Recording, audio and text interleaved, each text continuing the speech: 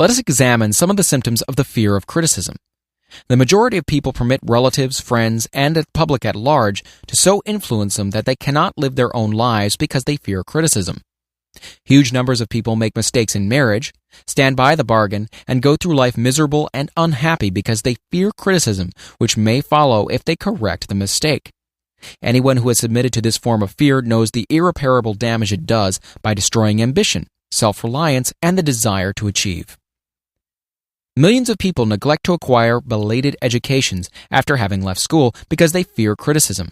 Countless numbers of men and women, both young and old, permit relatives to wreck their lives in the name of duty because they fear criticism. Duty does not require any person to submit to the destruction of his personal ambitions and the right to live his own life in his own way. People refuse to take chances in business because they fear the criticism which may follow if they fail. The fear of criticism in such cases is stronger than the desire for success. Too many people refuse to set high goals for themselves or even neglect selecting a career because they fear the criticism of relatives and friends, quote-unquote, who may say, "Don't aim so high. People think you're crazy."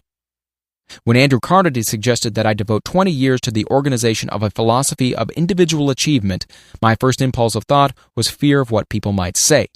The suggestion set up a goal for me, far out of proportion to any I had ever conceived. As quick as a flash, my mind began to create alibis and excuses, all of them traceable to the inherent fear of criticism. Something inside of me said, "You can't do it. The job is too big and requires too much time. What will your relatives think of you? How you will earn a living? No one has ever organized a philosophy of success. What right have you to believe you can do it? Who are you anyway to aim so high? Remember your humble birth. What do you know about philosophy? People will think you're crazy," and they did. Why hasn't some other person done this before now? These and many other questions flashed into my mind and demanded attention. It seemed as if the whole world had suddenly turned its attention to me with the purpose of ridiculing me into giving up all desire to carry out Mr. Carnegie's suggestion. I had a fine opportunity then and there to kill off ambition before it gained control of me.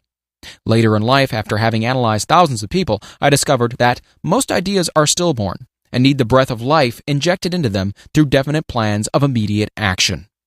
The time to nurse an idea is at the time of its birth. Every minute it lives gives it a better chance of surviving. The fear of criticism is at the bottom of the destruction of most ideas which never reach the planning and action stage. Many people believe that material success is the result of favorable breaks. There is an element of ground for the belief, but those depending entirely upon luck are nearly always disappointed because they overlook another important factor which must be present before one can be sure of success. It is the knowledge with which favorable breaks can be made to order. During the Depression, W.C. Fields, the comedian, lost all of his money and found himself without income, without a job, and his means of earning a living, vaudeville, which no longer existed. Moreover, he was past 60 when many men considered themselves old. He was so eager to stage a comeback that he offered to work without pay in a new field, movies. In addition to his other troubles, he fell and injured his neck. To many, that would have been the place to give up and quit. But Fields was persistent. He knew that if he carried on, he would get the breaks sooner or later. And he did get them, but not by chance. Marie Dressler found herself down and out, with her money gone, with no job, when she was about 60. She too went after the breaks and got them. Her persistence brought on astounding triumph late in life, long beyond the age when most men and women are done with ambition to achieve. Eddie Cantor lost his money in the 1921 stock crash, but he still had his persistence and his courage. With these plus 2 prominent eyes, he exploited himself back into the income of $10,000 a week. Verily, if one has persistence, one can get along very well without many other qualities. The only break anyone can afford to rely upon is a self-made break. These come through the application of persistence. The starting point is definiteness of purpose. Examine the first 100 people you meet. Ask them what they want most in life, and 98 of them will not be able to tell you. If you press them for an answer, some will say security. Many will say money. A few will say happiness. Others will say fame and power. And still others will say social recognition, ease in living, ability to sing, dance, or write. None of them will be able to define these terms or give the slightest indication of a plan by which they hope to attain these vaguely expressed wishes.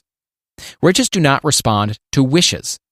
They respond only to definite plans, backed by definite desires through constant persistence. How to develop persistence? There are 4 simple steps which lead to the habit of persistence. They call for no great amount of intelligence, no particular amount of education, and but little time or effort. The necessary steps are: 1. A definite purpose backed by a burning desire for its fulfillment. 2. A definite plan expressed in continuous action. 3. A mind closed tightly against all negative and discouraging influence, including negative suggestions of relatives, friends, and acquaintances. 4. A friendly alliance with one or more persons who will encourage one to follow through with both plan and purpose. These 4 steps are essential for success in all walks of life. The entire purpose of the 13 principles of this philosophy is to enable one to take these 4 steps as a matter of habit. These are the steps by which one may control one's economic destiny. They are the steps that lead to freedom and independence of thought. They are the steps that lead to riches in small or great quantities. They lead the way to power, fame, and worldly recognition. They are the 4 steps which guarantee favorable breaks. They are the steps that convert dreams into physical realities. They lead also to the mastery of fear, discouragement, indifference. There is a magnificent reward for all who learn to take these 4 steps. It is the privilege of writing one's own ticket and of making life yield whatever price is asked. I have no way of knowing the facts, but I venture to conjecture that Mrs. Wallace Simpson's great love for a man was not accidental, nor the result of favorable breaks alone. There was a burning desire and careful searching at every step of the way. Her first duty was to love. What is the greatest thing on earth? The master called it love, not man, made rules. Criticism, bitterness, slander, or political marriages. But love. The master called it love, not man-made rules, criticism, bitterness, slander, or political marriages, but love. She knew what she wanted, not after she met the Prince of Wales, but long before that. Twice when she had failed to find it, she had the courage to continue her search. To thine own self be true, and it must follow, as the night the day, thou canst not be false to any man. Her rise from obscurity was of the slow, progressive, persistent order, but it was sure. She triumphed over unbelievably long odds, and no matter who you are or what you may think of Wallace Simpson or the king who gave up his crown for her love, she is an astounding example of applied persistence, an instructor on the rules of self-determination from whom the entire world might profitably take lessons. When you think of Wallace Simpson, think of one who knew what she wanted and shook the greatest empire on earth to get it. Women who complain that this is a man's world, that women do not have an equal chance to win, owe it to themselves to study carefully the life of this unusual woman, who, at an age which most women consider old, captured the affection of the most desirable bachelor in the entire world. And what of King Edward? What lesson may we learn from his part in the world's greatest drama of recent times? Did he pay too high a price for the affection of the woman of his choice? Surely no one but he can give the correct answer. The rest of us can only conjecture. This much we know: the king came into the world without his own consent. He was born to great riches without requesting them. He was persistently sought in marriage. Politicians and statesmen throughout Europe tossed dowagers and princesses at his feet. Because he was the firstborn of his parents, he inherited a crown, which he did not seek and perhaps did not desire. For more than 40 years he was not a free agent, could not live his life in his own way, but had little privacy, and finally assumed duties inflicted upon him when he ascended the throne. Some will say, with all these blessings, King Edward should have found peace of mind, contentment, and joy of living. The truth is that back of all the privileges of a crown, all the money, the fame, and the power inherited by King Edward, there was an emptiness which could be filled only by love. His greatest desire was for love. Long before he met Wallace Simpson, he doubtless felt this great universal emotion tugging at the strings of his heart, beating upon the door of his soul, and crying out for expression. But when he met a kindred spirit, crying out for the same holy privilege of expression, he recognized it, and without fear or apology, opened his heart and bade it enter. All the scandal-mongers in the world cannot destroy the beauty of this international drama, through which 2 people found love and had the courage to face open criticism, renounce all else to give it holy expression. King Edward's decision to give up the crown of the world's most powerful empire for the privilege of going the remainder of the way through life with the woman of his choice was a decision that required courage. The decision also had a price, but who has the right to say the price was too great? Surely not he who said, "He among you who is without sin, let him cast the first stone." As a suggestion to any evil-minded person who chooses to find fault with the Duke of Windsor because his desire was for love, and for openly declaring his love for Wallis Simpson and giving up his throne for her, let it be remembered that the open declaration was not essential. He could have followed the custom of clandestine liaison which has prevailed in Europe for centuries, without giving up either his throne or the woman of his choice, and there would have been no complaint from either church or laity.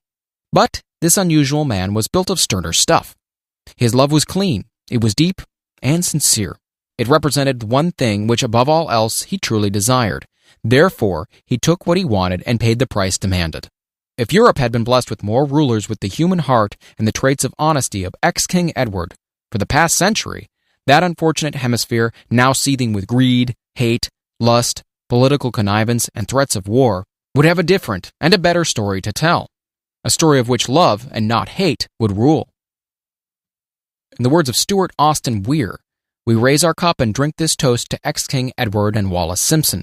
Blessed is the man who has come to know that our muted thoughts are our sweetest thoughts. Blessed is the man who, from the blackest depths, can see the luminous figure of love, and seeing, sing, and singing say, "Sweeter far than uttered lays are the thoughts I have of you." In these words would we pay tribute to the people who, more than all others of modern times, have been the victims of criticism and the recipients of abuse, because they found life's greatest treasure and claimed it. Mrs. Simpson read and approved this analysis. Most of the world will applaud the Duke of Windsor and Wallis Simpson because of their persistence in searching until they found life's greatest reward. All of us can profit by following their example in our own search for which we demand of life. What mystical power gives to men of persistence the capacity to master difficulties? Does the quality of persistence set up in one's mind some form of spiritual, mental, or chemical activity which gives one access to supernatural forces? Does infinite intelligence throw itself on the side of the person who still fights on after the battle has been lost, with the whole world on the opposing side? These and many other similar questions have arisen in my mind as I observed men like Henry Ford, who started at scratch and built an industrial empire of huge proportions, with little else in the way of a beginning but persistence. Or Thomas Edison, who, with less than 3 months of schooling, became the world's leading inventor and converted persistence into the talking machine, the moving picture machine, and the incandescent light, to say nothing of 100 or other useful inventions. I had the happy privilege of analyzing both Mr. Edison and Mr. Ford year by year over a long period of years, and therefore the opportunity to study them at close range. So I speak from actual knowledge when I say I find no quality save persistence in either of them that even remotely suggested the major source of their stupendous achievements. As one makes an impartial study of the prophets, philosophers, miracle men, and religious leaders of the past, one is drawn to the inevitable conclusion that persistence, concentration of effort, and definiteness of purpose were the major sources of their achievements. Consider, for example, the strange and fascinating story of Muhammad. Analyze his life, compare him with the men of achievement in his modern age of industry and finance, and observe how they have one outstanding trait in common: persistence. If you are keenly interested in studying the strange power which gives potency to persistence, read a biography of Muhammad, especially the one by Asad Bey. This brief review of that book by Thomas Sugrow in the Herald Tribune will provide a preview of the rare treat in store for those who take the time to read the entire story of one of the most astounding examples of the power of persistence known to civilization. The Last Great Prophet, reviewed by Thomas Sugrow. Muhammad was a prophet, but he never performed a miracle. He was not a mystic. He had no formal schooling. He did not begin his mission until he was 40. When he announced that he was the messenger of God bringing word of the true religion, he was ridiculed and labeled a lunatic. Children tripped him and women threw filth upon him. He was banished from his native city, Mecca, and his followers were stripped of all their worldly goods and sent into the desert after him. When he had been preaching 10 years, he had nothing to show for it but banishment, poverty, and ridicule. Yet before another 10 years had passed, he was a dictator of all Arabia, ruler of Mecca, and the head of a new world religion which was to sweep to the Danube and the Pyrenees before exhausting the impetus he gave it. That impetus was threefold: the power of words, the efficacy of prayer, and man's kinship with God. His career never made sense. Muhammad was born to impoverished members of a leading family of Mecca. Because Mecca, the crossroads of the world, home of the magic stone called the Kaaba, great city of trade and the center of trade routes, was unsanitary, its children were sent to be raised in the desert by Bedouins. Muhammad was thus nurtured, drawing strength and health from the milk of nomad, vicarious mothers. He tended sheep and soon hired out to a rich widow as leader of her caravans. He traveled to all parts of the Eastern world, talked with many men of diverse beliefs, and observed the decline of Christianity into warring sects. When he was 28, Khadijah, the widow, looked upon him with favor and married him. Her father would have objected to such a marriage, so she got him drunk and held him up while he gave paternal blessing. For the next 12 years, Muhammad lived as a rich and respected and very shrewd trader. Then he took to wandering in the desert, and one day he returned with the first verse of the Quran and told Khadijah that the archangel Gabriel had appeared to him and said he was the messenger of God. The Quran, the revealed word of God, was the closest thing to a miracle in Muhammad's life. He had not been a poet, he had no gift of words. Yet the verses of the Quran, as he received them and recited them to the faithful, were better than any verses which the professional poets of the tribes could produce. This to the Arabs was a miracle. To them, the gift of words was the greatest gift. The poet was all wonderful. In addition, the Quran said that all men were equal before God, that the world should be a democratic state, Islam. It was this political heresy, plus Muhammad's desire to destroy all the 360 idols in the courtyard of the Kaaba, which brought about his banishment. The idols brought the desert tribes to Mecca, and that meant trade. So the businessmen of Mecca, the capitalists, of which he had been one, set upon Muhammad. Then he retreated to the desert and demanded sovereignty over the world. The rise of Islam began.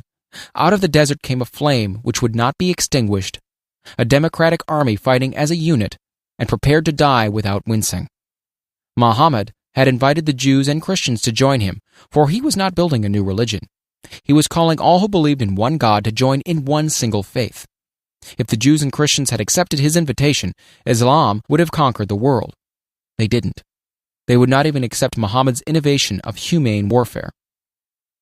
When the armies of the Prophet entered Jerusalem, not a single person was killed because of his faith.